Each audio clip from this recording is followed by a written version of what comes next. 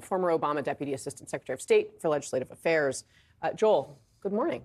Good morning, Kasie. Did you expect that we would be discussing this here on this set today? You know, I didn't get much sleep last night because my phone blew up at about 10:30 or 11 after everybody sort of digested the insanity of this all. This is the most reckless, unworkable, ridiculous idea that we've seen on Israel-Palestine from an American president, period. But it was intentional, and that's what's really important. There's always the guesswork about did he not mean it? He was reading off a script, President Trump was, during his press conference with Prime Minister Netanyahu, in addition to the fireside chat there. So this is a real view that he has. Now, why and what does it mean? That's a whole other issue, but this is reckless and dangerous. So Peter Baker, who's covered most of our recent modern presidents, wrote about this, and he frames it this way, not unlike how you put this.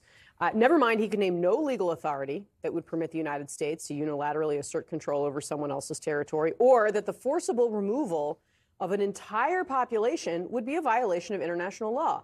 Never mind that resettling 2 million Palestinians would be a gargantuan logistical and financial challenge, not to mention politically explosive. Never mind that it would surely require many thousands of U.S. troops and possibly trigger more violent conflict.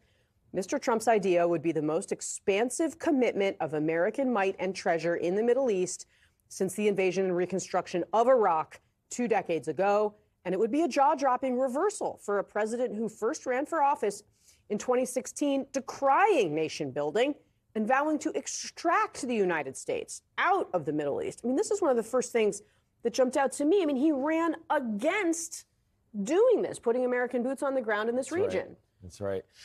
Let me give a couple of examples as well as to what this will mean in the real world. First of all, we built, just in the past year or so, a $380 million pier off of Gaza that floated away into the Mediterranean, did nothing, had no impact. About 40 years ago, the United States went into Beirut on a similar mission. And our Marine barracks got blown up by Hezbollah, and we left under Ronald Reagan. This would invite terrorism. This would be an extraordinary expense that would dwarf Iraq because, quite frankly, Gaza is in worse shape than Iraq. And the idea that Americans would somehow now own the Gaza Strip, it's beyond any concept of reality. So then the question is, what does it do? And the big concern is that this could blow up the ceasefire negotiations. And this could sort of burn the fingertips of everyone we're working with in the region. That it could undermine our relationships with key American allies like Jordan and Egypt. That Hamas, of course, they're at the table here. They can then argue, use this as a rallying cry to pull away. So this has real-world impacts on human beings right now. It's not a joke.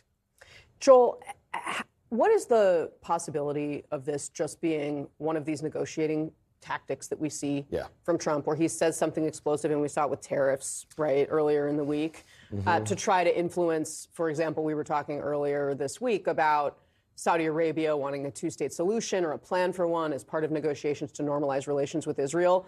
Does this just set out a line from which he can negotiate and not represent a real proposal? You know, Kasie, I think there is always a smidgen of possibility in that somehow this will get the Palestinians to pay attention. He means business. Just like with Canada, we're going to slap a 25% tariff on you and then withdraw it the day later, but get your attention. But the problem here is that by doing this and by putting this out there, what he is now doing is undermining American credibility and word. There is now going to be a discussion at all these negotiating tables about what does he want? What's he trying to achieve? The Israeli far right, as I saw in your program earlier, they're happy, they're excited. This has been a discussion ongoing for a number of years, but it is not workable. It's reckless, it's dangerous, and it's only going to throw our alliances into disarray. All right, Joel Rubin, always grateful for your perspective, Thanks, sir. Kasie. Thanks for coming on the show.